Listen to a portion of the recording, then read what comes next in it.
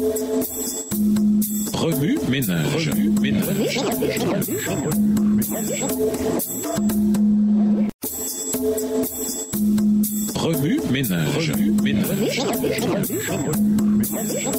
Bienvenue dans votre émission Remue ménage. Nous relation de mercredi. Invité Jésus, Jésus 1 plus Jésus 1 égale 1. Une équation avec des parenthèses exige que l'on traite d'abord les parenthèses. Commençons donc notre discussion dans cette section avec ce qu'il y a entre parenthèses. Dans la relation conjugale, chaque individu doit avoir sa propre marche personnelle avec Jésus. Le christianisme de votre conjoint ne peut pas se substituer au vôtre et l'engagement de la famille ne peut pas non plus remplacer une relation personnelle avec le Seigneur. Tout comme la relation conjugale est exclusive entre un seul homme et une seule femme, le Christ nous appelle à une relation exclusive avec lui. Il nous invite à une relation profonde, intime et confiante et veille jalousement sur cette confiance. Toute relation court le risque que la confiance soit brisée et que les parties soient blessées. Par la création, Dieu a déjà pris le risque d'une relation avec l'humanité et a été blessé par notre rejet. Pourtant, il nous invite encore à rétablir cette relation. Définie en fonction du désir de Dieu pour sa relation avec nous, les 4 premiers des 10 commandements sont fort révélateurs. Tu n'adoreras pas d'autre Dieu que moi. Personne d'autre ne doit prendre la place réservée à Dieu dans notre vie. Il s'agit en effet d'une relation exclusive. Rester dans cette relation doit être de la plus haute importance et tout ce qui pourrait entraver cet objectif doit être éliminé. Tu ne te fabriqueras aucune idole. Tu ne t'inclineras pas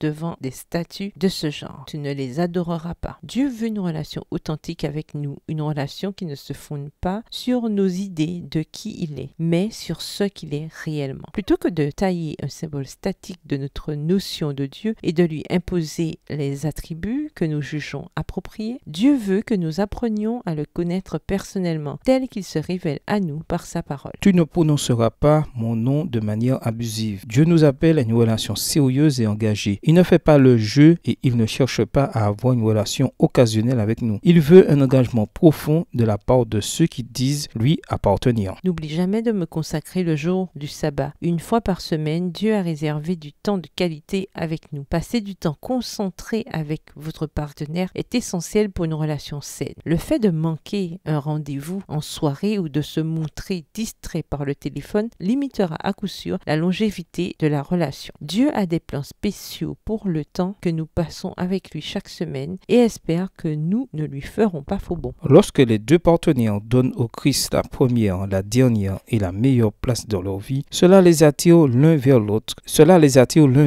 Leurs pensées, leurs affections, leurs priorités et leurs objectifs deviennent de plus en plus semblables, même s'ils conservent leur individualité. Plus ils s'approchent du Christ, plus ils se rapprochent l'un de l'autre, accroissant ainsi leur unité. De plus, le fait d'orienter sa vie autour du Christ non seulement individuellement, mais aussi en tant que couple, assure la plus grande unité possible. Lorsque Jésus est au centre de votre planification financière, de votre planning familial et de votre planification pour le service, il apporte une unité de but qui aide à cibler vos objectifs. Il dirige même votre planification de manière à ce que vos objectifs s'alignent sur ce qui sera pour votre plus grand bien. Rien d'étonnant alors à ce que Jésus soit la clé de la meilleure équation de la sexualité, car il a toujours été. Avant l'entrée du péché dans le monde, Adam et Ève jouissaient de l'harmonie d'une unité parfaite. Mais Genèse 3, les versets 8 à 13, témoignent de ce qui arrive à nos relations quand on s'éloigne de Dieu. Même si vous n'avez pas honoré Dieu dans votre vie sexuelle par le passé, Jésus entre dans l'équation de votre vie et peut apporter la guérison nécessaire qui vous permettra de faire l'expérience d'une vie sexuelle épanouie dans l'avenir. Jésus est la clé du bon fonctionnement de l'équation. Remue ménage. Où voyez-vous Jésus dans Ecclésiaste 2, les versets 1 à 11? Pouvez-vous vraiment voir Jésus comme étant la source du plaisir qui satisfait pleinement? Que vous dit Jésus par ces textes? En quoi voyez-vous Jésus différemment ou le voyez-vous de nouveau? Comment réagissez-vous en voyant Jésus de cette manière? Au revoir. Et à demain si Dieu veut.